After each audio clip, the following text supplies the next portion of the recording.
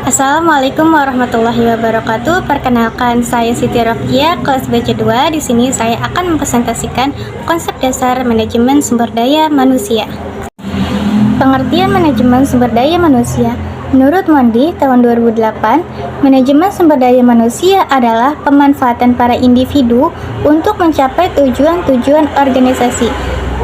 Menurut Schuyler and Jackson tahun 2006, manajemen SDM adalah aset yang harus dikelola secara cermat dan sejalan dengan kebutuhan organisasi. Jadi, manajemen sumber daya manusia adalah salah satu faktor yang sangat penting, bahkan tidak dapat dilepaskan dari sebuah organisasi, baik institusi maupun perusahaan. Sumber daya manusia juga merupakan kunci yang menentukan perkembangan perusahaan. Ada 4 tujuan manajemen sumber daya manusia. Yang pertama, tujuan organisasional. Yang kedua, tujuan fungsional. Yang ketiga, tujuan kemasyarakatan. Dan yang keempat, tujuan personal. Yang pertama, tujuan organisasional. 1. Memastikan bahwa MSDM berkontribusi pada efektivitas organisasional.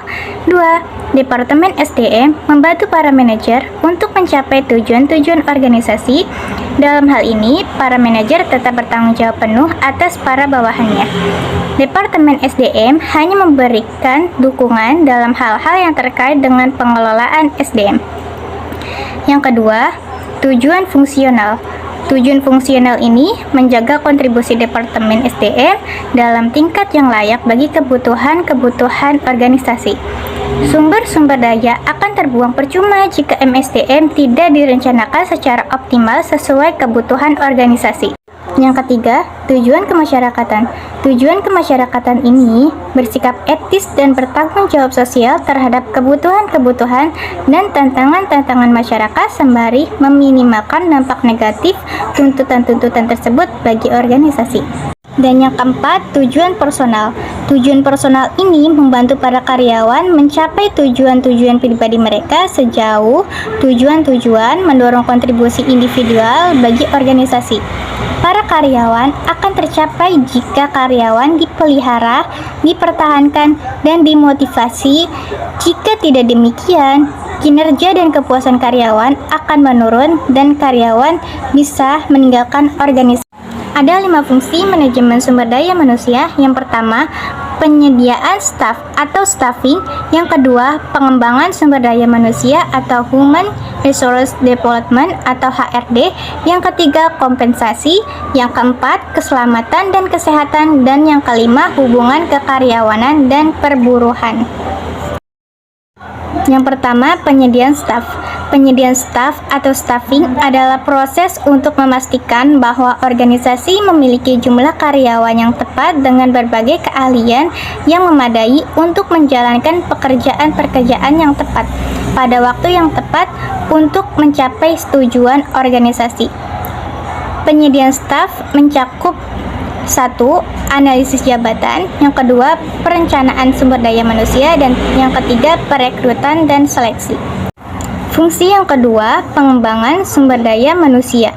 Pengembangan sumber daya manusia atau Human Resource Development atau HRD adalah fungsi utama manajemen sumber daya manusia yang tidak hanya terdiri atas pelatihan dan pengembangan, namun juga aktivitas-aktivitas perencanaan dan pengembangan karir individu, pengembangan organisasi, serta manajemen dan penilaian kinerja.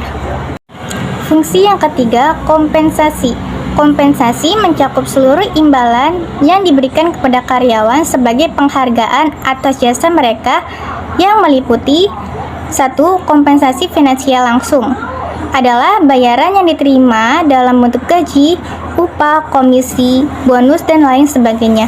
Yang kedua, kompensasi finansial tidak langsung atau tunjangan.